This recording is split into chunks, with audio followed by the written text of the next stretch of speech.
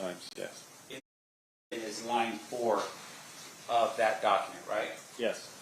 Meaning that, once again, these are items that were taken from this home, and those items were put into your property or evidence log. Correct. And number 4 is a money due bill from the Monte Carlo Casino. Right? Can you tell us the date of what this money due bill was for? No. All right. And once again, your search in this particular regard was actually May of 1997, right? Quite a few months after the September 7th, 1996 shooting. Correct. In addition to that, in terms of that money due, can you tell us, for instance, who that money due bill was addressed to? No. Okay. Now, there were some questions by the state on that issue about the fact that this was actually a search warrant investigating into the murder of Diggy Smalls. Remember that line of questioning from the Yes. state? But fair to say, of course, that even then, as you're conducting this kind of investigation, you are still thinking about the Tupac case, right? For sure. Yeah, you weren't just at that particular point forgetting that the Tupac murder even occurred. You're still thinking during that time period, if you run across something you think is relevant, you would have identified it, right? Correct. In addition to that, though, you would have identified it and you would have called Metro and say, hey, by the way, we got something there that will help you with the Tupac murder investigation. Fair? Fair. Okay. There's no reason why you wouldn't have done that? Not that I know of, no. Now, we talked a little bit about the size of some of the people that were involved here, and I think, was it DeAndre Smith you said was a pretty big guy? Yes. All right. And you said he was like, what, 6'2", 6'3", and about 300 pounds, something like that, big guy? About 6'4", 300 pounds. Okay. Did he play any sports or anything as far as you know? I think he did, but I'm not positive what sport. Now, are you aware of an individual by the name of Terrence Brown? Yes. And was Terrence Brown one of the individuals that was potentially a suspect in the Tupac murder? Yes. All right. Now, with regards to Terrence Brown, can you describe for us how, like, his size as well? Yeah, he's approximately a little shorter than you, and just medium built. So a good-looking guy. I'm sorry? I don't know about that, but so it's a little bit shorter than me and about my size. Right. Okay. Let's just put it down as I'm 6'2", so that's like I'm just kidding, 5'8" and something else. And then in terms of the at the time with Terrence Brown, you are aware that Terrence Brown actually dies in, what, 2015? Yes. Right. And when he dies, do you know how he dies? Yes. How did he die? He was at a marijuana dispensary in Compton, and a robbery occurred, and he got killed during the robbery. So based upon the way he was murdered in that case, no indication that that was some type of retaliation for the murder of Tupac in 1996 or 7? No. Okay. In addition to that, in 1996, I apologize. With regards to DeAndre Smith, do you know when he passed? 2004, and he died of medical complications. Right. And as far as you know, nothing that would have been associated with any type of retribution or revenge for the murder of Tupac Shakur. Correct. Now, Orlando is the one who passes away relatively quickly after the shooting. Yes, approximately a year and a half. Right. And in terms of how he passes, he was shot and killed? Yes, you want me to tell you what happened? Please. Orlando Anderson was with his best friend Michael DeRoe, and they were at a burger stand in Compton. And across the street from the burger stand, there was a car wash. Orlando Anderson recognized the people at the car wash. There was 3 people sitting in the car, and he recognized one of them that owed him money for some narcotics that he didn't pay him for. So Orlando Anderson took it upon himself, and he initiated the confrontation. He drove up to the car, and he exited with a gun. However, one of the persons in the other car They had a gun too, so they had a shootout at the car wash. And then when the smoke cleared, Orlando Anderson was killed during the shootout, as well as 2 other people in the other car were killed. And in terms of the 2 other people in the other vehicle, were they both Crips? Yes. So it wasn't a blood on Crip sort of shootout? No. It was just over money and drugs? Yes.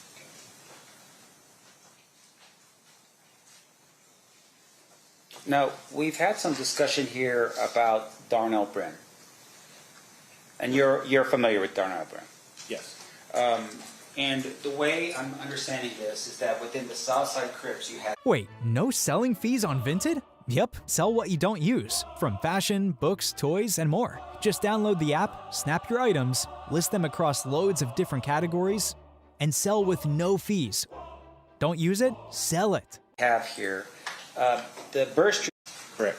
Now, in terms of the 2 different factions that we have here, the Burr Street faction was a faction that was dealing with the drugs mostly. I'm That sorry, how it can you is? repeat that? In terms of the Burr Street faction, that they deal in drugs. That was one of the things that they were involved in, yes. Yeah. And in terms of the other faction, we talked a little bit about Darnell Brin. He was a shot caller, Correct. and he was a violent person. He had the potential of being a violent person, yes. Well, you recall in your book describing him as a very violent person? I don't recall that, but if it's in there, it's what I said. Okay. And once again, it would have been something that if it wasn't true in your book, you would have corrected it. Yeah, I'm not saying he wasn't a violent person. Yeah. He definitely had the potential to be a violent person. And isn't it fair to say, though, like even in your book, that you describe him as being someone that was implicated in some attempt murders, that kind of thing as well? Absolutely. Darnell Brin. Yes. Now, Darnell Brin is shot in the back how many days after the shooting of Tupac Shakur? 2. And with regards to the shooting in the back, do you know who shot him in the back? No. Okay. We were told it was Pyrus, though. Right. And would that fall more into the idea of what you're saying about retaliation in this case? Yes. Now, there are other people that potentially were considered, I think including the initial investigation here, as being part of the Tupac murder. Do you recall a person by the name of Noel Spank Johnson? Yes. All right. And he is also a Southside Crip member, part of the Glen Cove crew. Correct. All right. Do you recall a person by the name of Jerry Monk Bond? Yes. All right. Once again, part of the Glen Cove crew. Correct. And then also Orlando Anderson. Correct. Okay. So those individuals at some point were considered to be potentially involved in the murder of Tupac Shakur, correct? Yes. Okay. Now, in addition to that, when you had conducted the searches on Mr. Davis's home and the locations that we're at, did you ever find money? Not that I'm aware of, no. No vast sums of money for somebody making 20% of $4 million a month? No. How about expensive clothes, like stuff that was worth, suits worth $6,000, anything like that? I don't recall the clothing that was inside. Yeah. But in terms of, just information about the individual's living conditions, for instance, did you find any expensive cars that he owned or anything like that, besides the lowriders and stuff that people put a lot of work into? Well, them are expensive cars to me, so Yeah. yes, we did.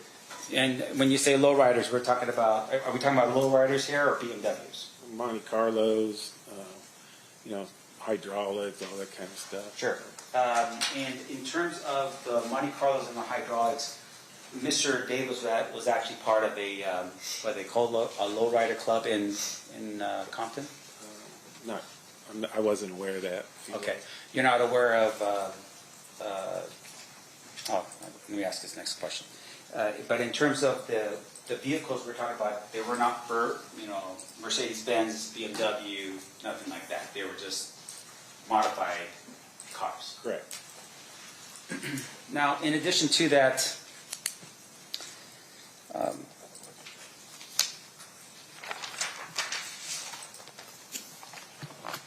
Does your, going back to your book, do you have anything in here, like a disclaimer that says that, hey, we can't verify the truthfulness of the book at all?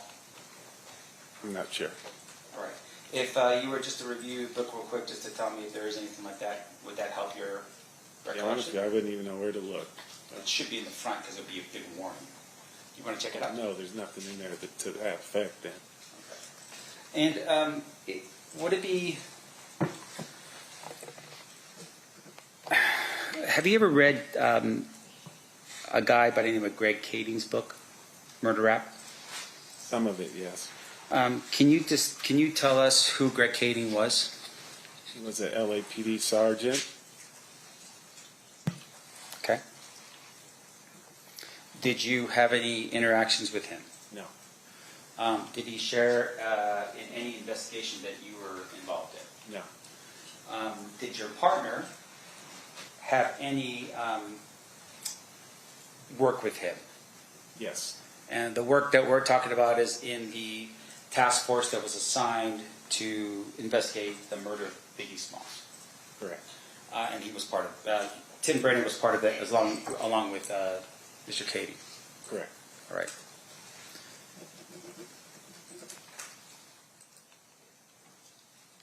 Now, we had shared a little bit about the swallowing up of Compton PD by the LA Sheriff's Department. You call it swallowing up. I call it absorbed or whatever. Right. Why was that? Well, it would take, I could tell you in a couple of minutes, but it's really a 6-month long thing that happened, but I can explain it to you if you want. Well, I mean, obviously there's a lot of moving parts, right? Yes. The absorption or dismantling of a police department is a very unusual thing, right? Yes. And so in order for that to happen, if I can just cut right to the chase with you, was there corruption going on within the department that caused the absorption of the department back to the sheriff's department? No. Okay, then what was it that caused it? It was the mayor, Omar Bradley, at the time, was being investigated by the FBI. He found out that he was being investigated by the FBI, and he blamed our chief. Right, so what he did is he put our chief and a captain off on administrative leave, and he made some allegations of missing narcotics. Okay. Now these guys were 2 30-year veterans with prestigious careers. Our department elected to do a vote of no confidence against the mayor, and this really pissed the mayor off, and he went to the city council and they voted to bring in the sheriffs, and they never asked the citizens if that's what they wanted. He just did that upon himself.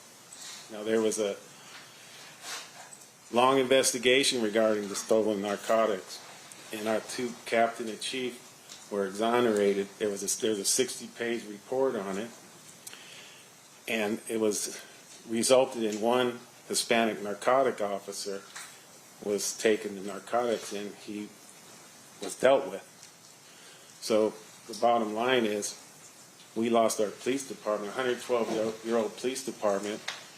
Omar Bradley ends up getting arrested and convicted, so everybody lost here. Yeah. And as a result of that, I think you told us earlier, you didn't stay in the city of Compton anymore. You got reassigned to another city? No, I stayed in the city of Compton for a year, and then I elected to go to another agency. I see. All right. And then while you were there, the other thing that you did, and you shared with us a bit about the fact that you were very well versed in the gang culture in Compton, right? Correct. And in terms of the well-versed, meaning that you can identify and see patterns of behavior that would indicate to you maybe gang activity, for instance, right? Yes. And that would also include how a person dressed. We talked a little about that. I apologize. Like, for instance, even like the way a person dresses in live, right? That would help you determine maybe potentially that that person's associated with a type of gang. Yes. Like in this case, No. no, all right. But with regards to the way it's set up, though, is that, did you at any point ever determine that Tupac Shakur was a member of a gang? No. Why not? Because he wasn't. And when you say that, I mean, obviously he's associated with the mob, or with the death row label. Correct. And he was also, at that particular point, hanging around with Suge Knight. Correct. And Suge Knight was an identified Mob Piru or an associate of the Mob Piru, Correct. as well as other people who were Mob Piru, like Mob James, for instance, that was in that association. Yes. His entourage were all Mob Piru gang members. Okay. But you're telling us right now that Tupac was not a gang member? No. Just because he was hanging around these people did not make him a gang member? Correct. Now, fair to say, of course, that even in the Death Row record label, there were actually Crips that were assigned, that were part of that label as well, right? Yes. That would have been Snoop Dogg. Correct. That would have been Dr. Dre.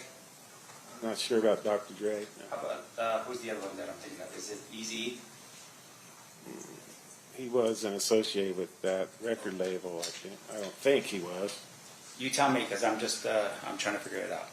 But fair to say, though, that within business, it wasn't about a color as much as it was about money, right? You're making money, and so you're not isolating one segment of the population from the other in terms of your product. Correct. Okay. Now, with regards to Mob James at that particular point, you had told us that you believed he was an OG at the time. Did Mob James have any indication for violence? I never investigated him for any violence because he was in jail when I was, most of the time that I was in patrol and in the gang unit.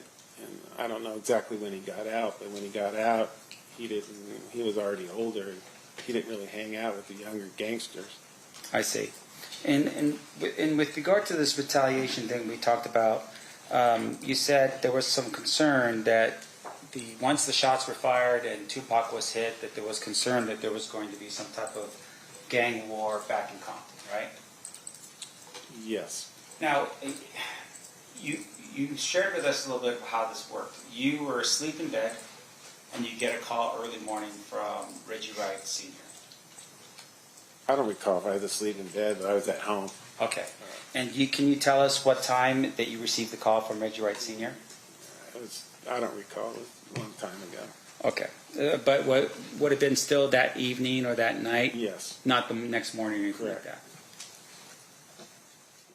And the reason why he would have called you is because he was your direct boss? Yes. Okay. Now, in addition to that, you had also mentioned that there was this retaliation. The shootings that occur after, you have, is it Mr. Brim's was the first shot fired between the Mob Piru and the Southside Crips? Was he the first one shot? Darnell? Yeah. Yes. And then after Darnell, who was the next person shot? I believe it was the next day at 713 North Bradfield. I believe 2 people were shot, and that's in Piru territory. You know if they were Piru? They were. They were. And do you know who shot them? No. Right. Now, with regards to the Darnell Brim, do you know who shot him? No. Now, in terms of the 2 Piru that were shot the morning after Mr. Brim, do you know how the order was given out for these people to be shot? No. So, no phone records, for instance, from Mr. Davis indicating that he wanted these people shot or anything like that? Correct. Now, after the 2 Piru were shot, what happened next? I believe later on, another person was shot at Pine and Bradfield in Mob Piru territory. And was that person a Crip or a Blood? The person that was shot was Piru affiliated, yes. Okay, so two Pirus are shot that day, and then later on that day, another Piru affiliate was shot. Yes. All right, and do you know if that was an order that was given out by anybody to shoot that Piru? No. Okay, and then the next Piru after, or the next person shot after that was who? I don't recall the name, but I believe it was the 80 something South Ward Street. And Was that's that- in Crip territory? And so that person was a Crip? Yes. All right, and that shot occurred when, or when did that shooting occur?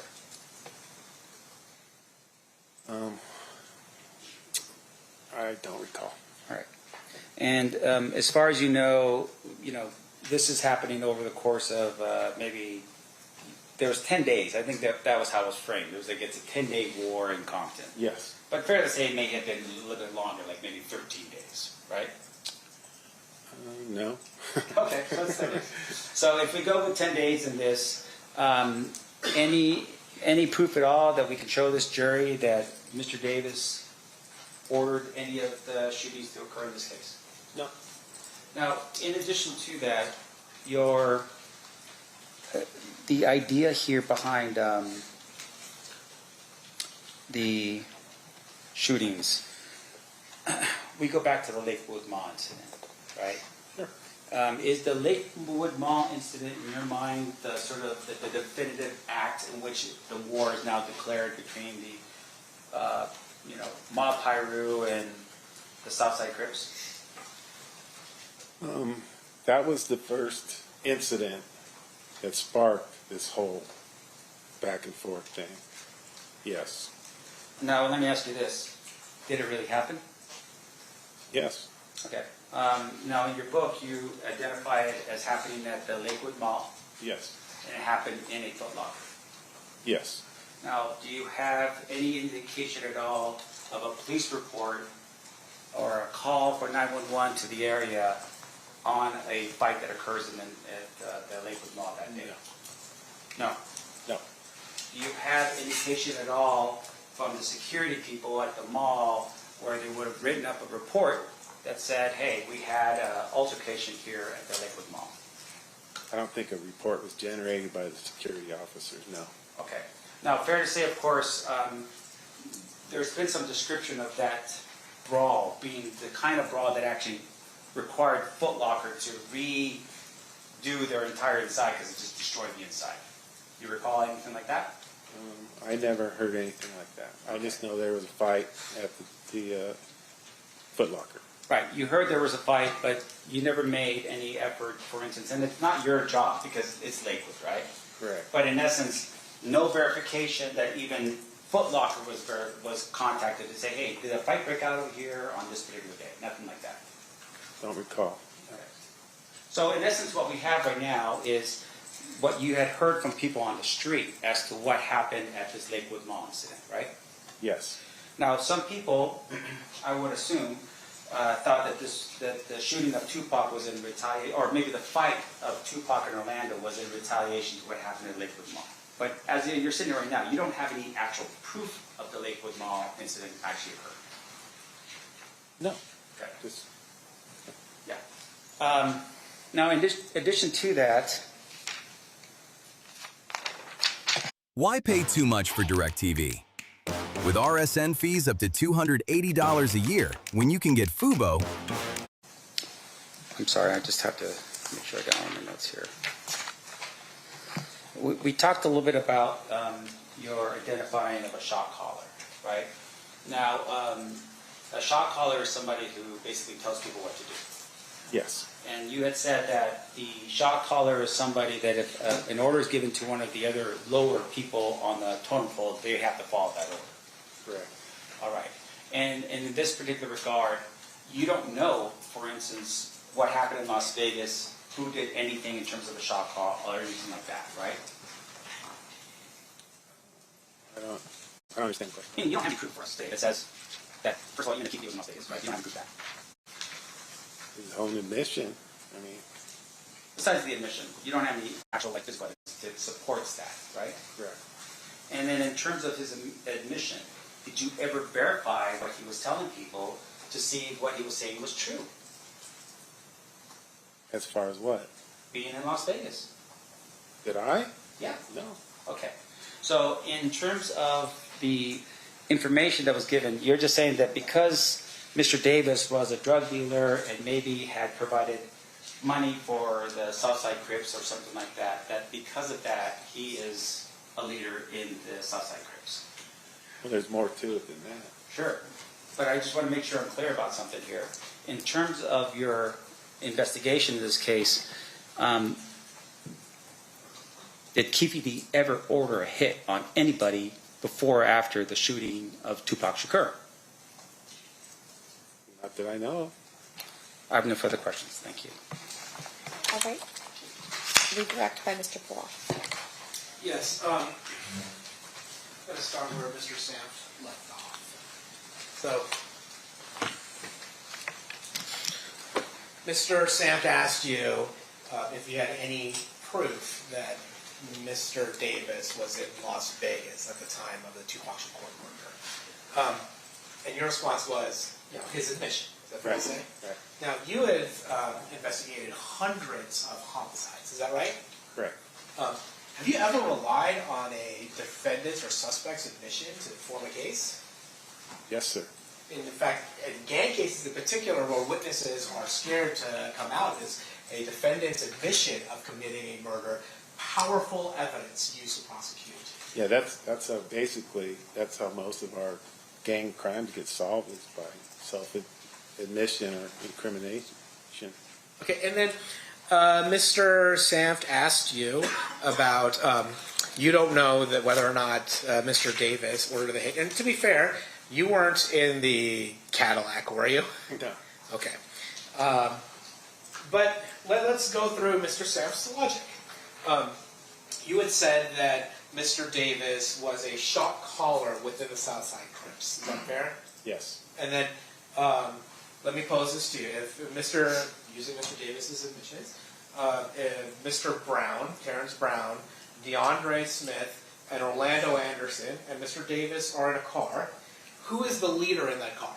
Mr. Davis. Who is the shot caller in that car? Mr. Davis. And so if a shot is coming, if those four people are in a car, and shots are coming out of that, who has to give the authorization? Mr. Davis. Okay. So if Mr. Davis is in the Cadillac, he's the one calling that shot. Absolutely. If he tells them not to do it, say let's handle this back in Compton, they wouldn't have had a shooting. If he sanctioned it, then there'd be a shooting. And Mr. Orlando Anderson, he was what you had called a gangster, right? Absolutely. So he would be the person that would have to listen to Mr. Davis. Yes. And so was it in your experience, knowing the roles of everybody in that vehicle, could Mr. Anderson shoot that gun with Mr. Davis in the car without Mr. Davis's permission? No. Now let's talk about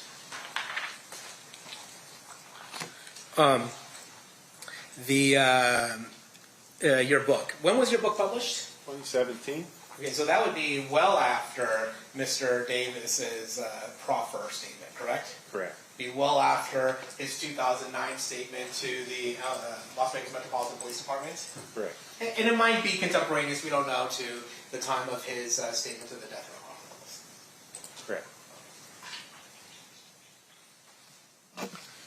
Correct. Regarding the, I want to talk a little bit about the LA Sheriff's Office absorbing the Compton Police Department. Is it fair to say that a function of that transfer was that some of the evidence that was retained from those search warrants just were, for lack of a better term, lost? Yes. I mean, I didn't know it at the time. I mean, we just switched police departments, and they absorbed us, and they kind of were responsible for all the evidence, too. So I don't know what happened to it after we got absorbed by the Sheriff's Department. Mr. Samf mentioned Reggie Wright Sr. to you. Did Reggie Wright Sr. ever ask you to work on behalf of the mob pirates? No, Did you ever work on behalf of the mob pirates? never. Okay. Talking about the Burris Street faction, Mr. Sanf mentioned that Mr. Sanf asked you some question about Southsiders. Darnell Brim was actually in conflict with this Burris Street crew. Is that fair? Yes. But Michael Giroux was a member of the Southside Compton Crips, the Burris Street crew. Is that fair? Yes, I think he went by a Little Owl. Is that right? that is correct. Court's indulgence.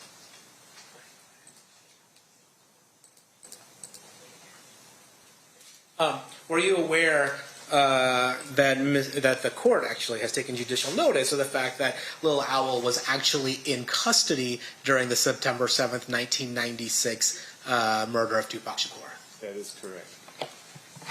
Kind of hard for him to be the person responsible for the murder of Tupac Yeah. Shakur. Okay. Now, Orlando Anderson, he was also a member of the Burris Street crew. Is that fair to say? Yes.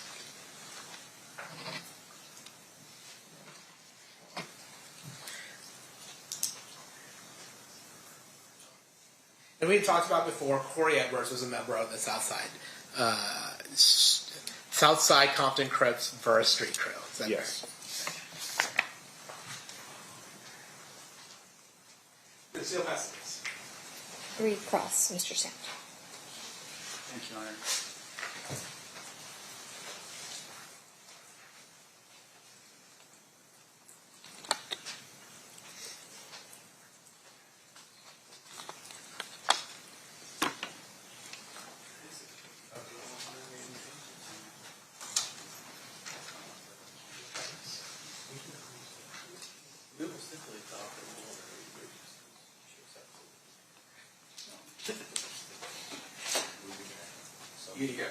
We'll get a clean copy for you. A little bit. I don't have that. No. Just a couple things, sir. In terms of the publication of your book, can you tell us, you said that was accurate, right? Yes. And, Tried to be. I'm sorry? I tried to be. No, and it's fine. I'm not. We're not really going to knock it. I just want to know that at some point in here you do identify Mr. Davis as Keefe D. Correct? Yes. Do you recall the spelling of his name in the book? No. Do you recall how you spelt his name? No. Would review of your book help you in terms of how you spelt his name in the book? Sure. Okay.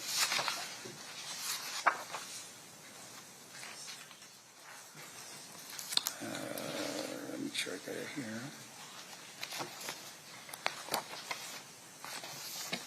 You want me to approach? You may.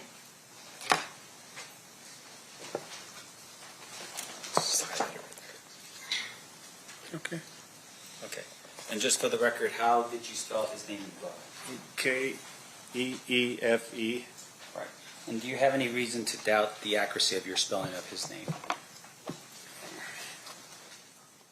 I could be misspelled. I don't know. Yeah. I don't. Go ahead. No, go ahead. No, but in terms of, for instance, I would imagine during the time period that that's not a usual name, Keefe. No. And you would have learned that that name Keefe was more of a nickname. Correct. It wasn't his birth name, for instance. Correct. And in terms of that name itself, you would have had, like, say, for instance, field interview cards. If you ever ran across individuals, you would put their names down and maybe their monikers or their street names or their nicknames, for instance. Correct. Did you ever fill out a field interview card for Mr. Davis? I don't think I ever did. No. Yeah. And once again, these field interview cards that you would have used are cards that would help law enforcement identify people that potentially are gang affiliated. Yes, it does help. Yes. Yeah. And what usually would happen, I would assume, is that when you happen upon someone that you're speaking to and you identify him to be maybe a member of a gang, you would write out information about him, including his nickname and so forth, on a card that would help other law enforcement know whether or not they're affiliated with a gang or not. Correct. So in this particular regard, though, you being the detective for the gang unit in Compton, which according to your book was actually very small. At some point it starts out with you and Tim as being the main gang detectives on in Compton. Yes. And so you had a lot of people to go through, but even then you don't recall ever filling out a field interview card identifying him as a gang member. No, but he self-admitted it to me. I mean, we go out there. That's all. I see the same people every day because Compton's such a small city. So every time I saw someone, if I stopped and filled out a field card, that's all I'd be doing.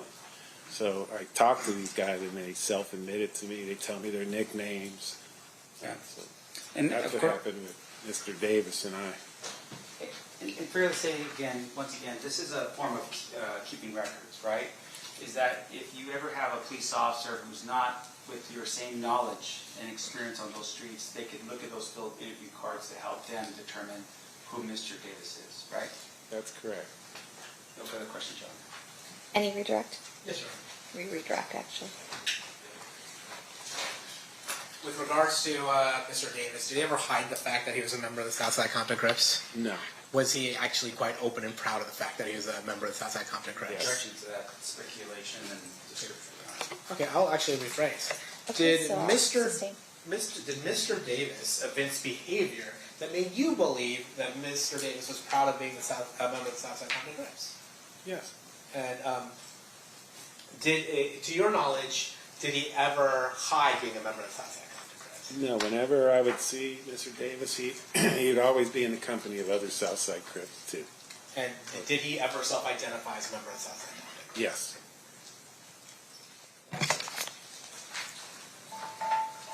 Is that it for you, Mr. Poole? Yes. Anything else, Mr. Sam? No. Ladies and gentlemen of the jury, any questions for this witness? Okay, we have a few.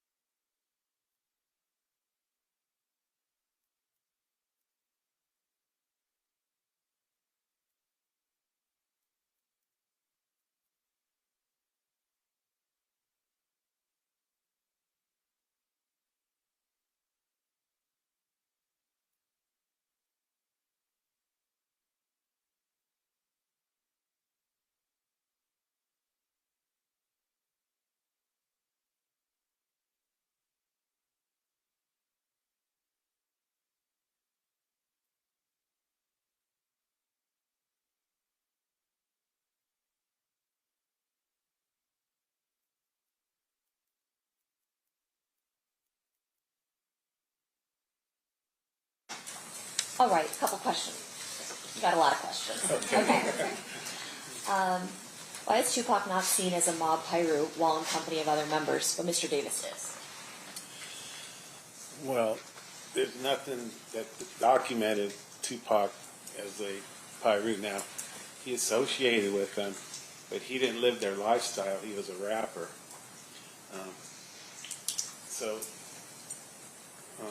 He did show some allegiance to the mob Pyru. However, he wasn't active. He wasn't out in the streets gang banging or whatever. He was this rap mogul, and I think he liked that lifestyle. Okay.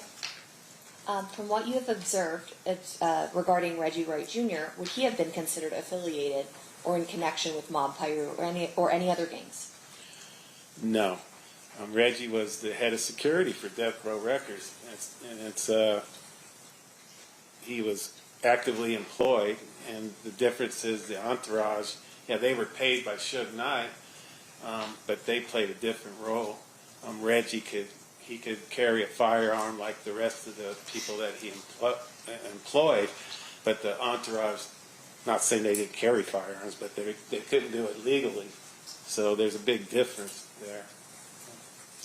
Is it fair to assume there wouldn't need to be orders from Mr. Davis for members of the Crips to carry out retaliatory shootings, considering there was an active war between Mob Pyru and the South Side following the shooting of Tupac? In other words, is the order implied even if the shot caller does not explicitly say shoot?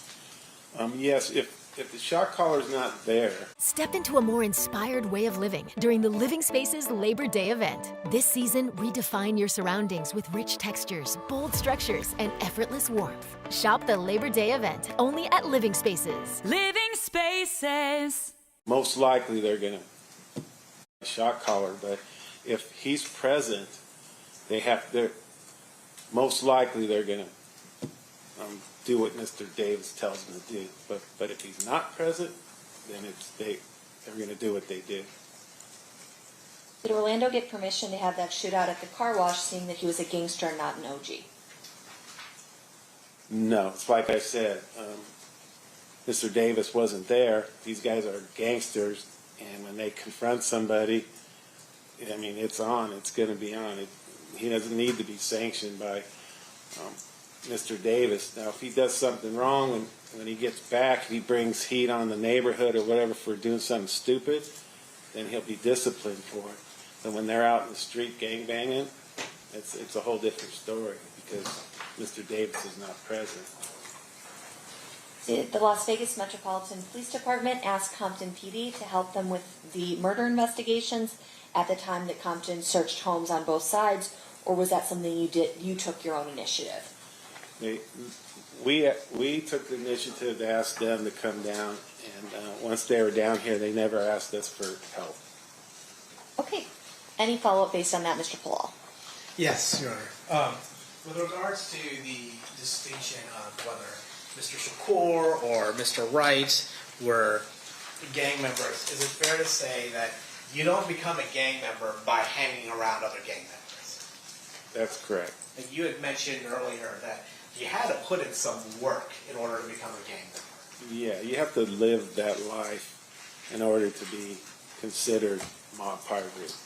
And with regards to putting in work, what are some activities that one does? Not specific to mob or Southside, but just in the gang culture.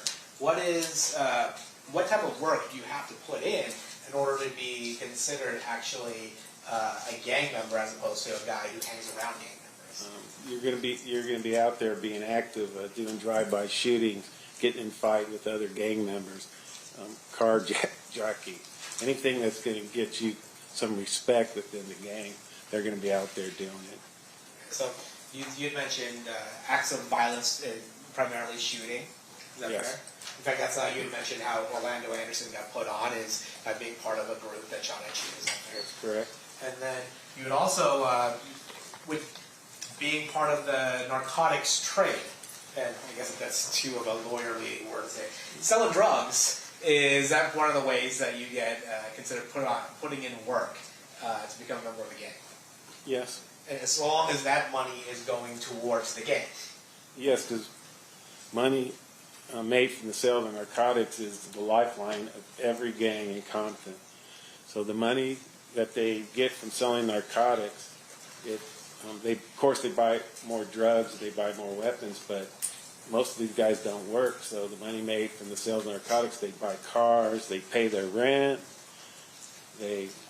everything that they do is generated from the sales of narcotics, the money made from that.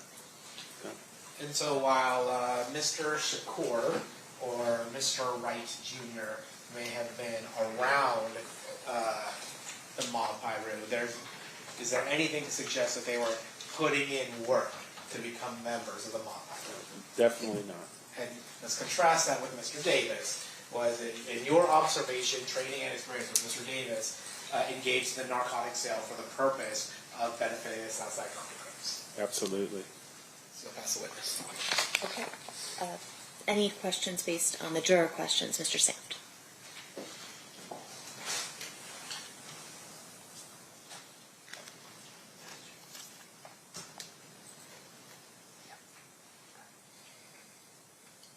No, Your Honor. Okay. Thank you so much for being here. You are excused. Thank you.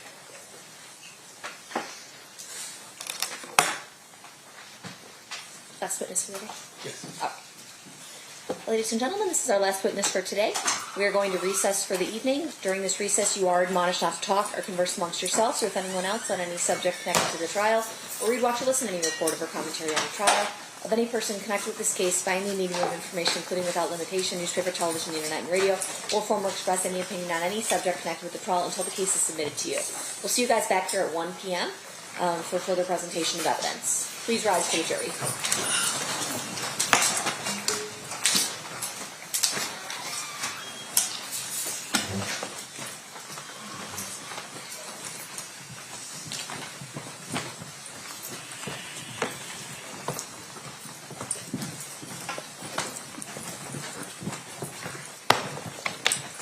Shant asked if we could admit the entire 180-page return from the search warrant.